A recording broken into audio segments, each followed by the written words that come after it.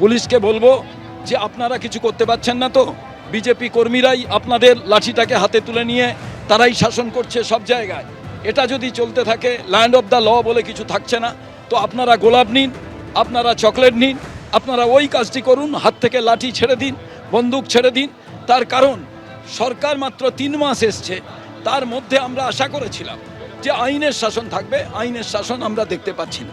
কংগ্রেস সত্যাগ্রহ শুনে ভালো লাগলো, দেখতে যাব। কংগ্রেস পশ্চিমবঙ্গ নেই, এক প্রথম কথা।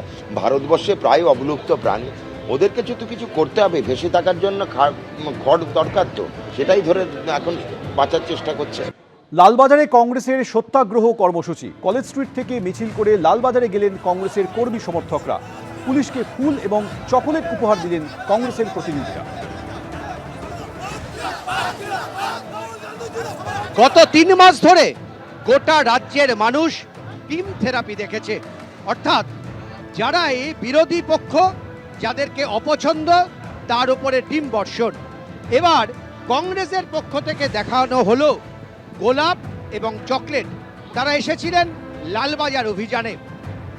পুলিশ যেখানে আটকেছে সেখানেই তারা বসে পড়েন এবং তারপর পুলিশের হাতে চকলেট এবং গোলাপ তুলে দেওয়া হলো। পুলিশকে কেন গোলান? আমরা গান্ধীজির আদর্শে বিশ্বাস করি।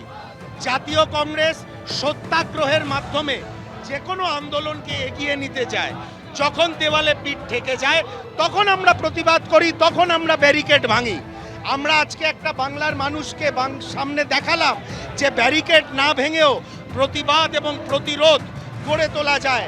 আজকে যেসব পুলিশ অফিসাররা ভয় পেলেন আমাদের হাত থেকে গোলাপ ফুল বা চকলেট নিতে, তারা বাড়ি গিয়ে ভাববেন যে গান্ধীজির আদর্শে যদি ভারতবর্ষে কোনো দল রাজনীতি করে, মানুষের পাশে দাঁড়ায়, সেটা হচ্ছে জাতীয় কংগ্রেস। ফুলটা না নিয়ে আমি ভুল করেছিলাম। ব্যারিকেড তৈরি হয়েছিল, কংগ্রেস কর্মীদের আটকানোর জন্য প্রচুর পরিমাণে পুলিশ মোতায়েন হয়েছিল লালবাজার থেকে ঢিলছোড়া দূরত্বে, কিন্তু সেই পথে হাঁটলেন না কংগ্রেস কর্মীরা। প্রচণ্ড বৃষ্টির মধ্যেও তারা হাতে তুলে নিলেন গোলাপ ফুল আর তার সঙ্গে একটা করে চকলেট। পুলিশ আধিকারিকদের কাছে গিয়ে তাদের অনুরোধ, চকলেট খান আর গোলাপ ফুল হাতে নিয়ে লালবাজারে ফিরে যান। এটাই ছিল তাদের কর্মসূচির মূল স্লোগান এবং বৃষ্টি ভেজা কলকাতা শহরে সেটাই কিন্তু তারা করে দেখালেন।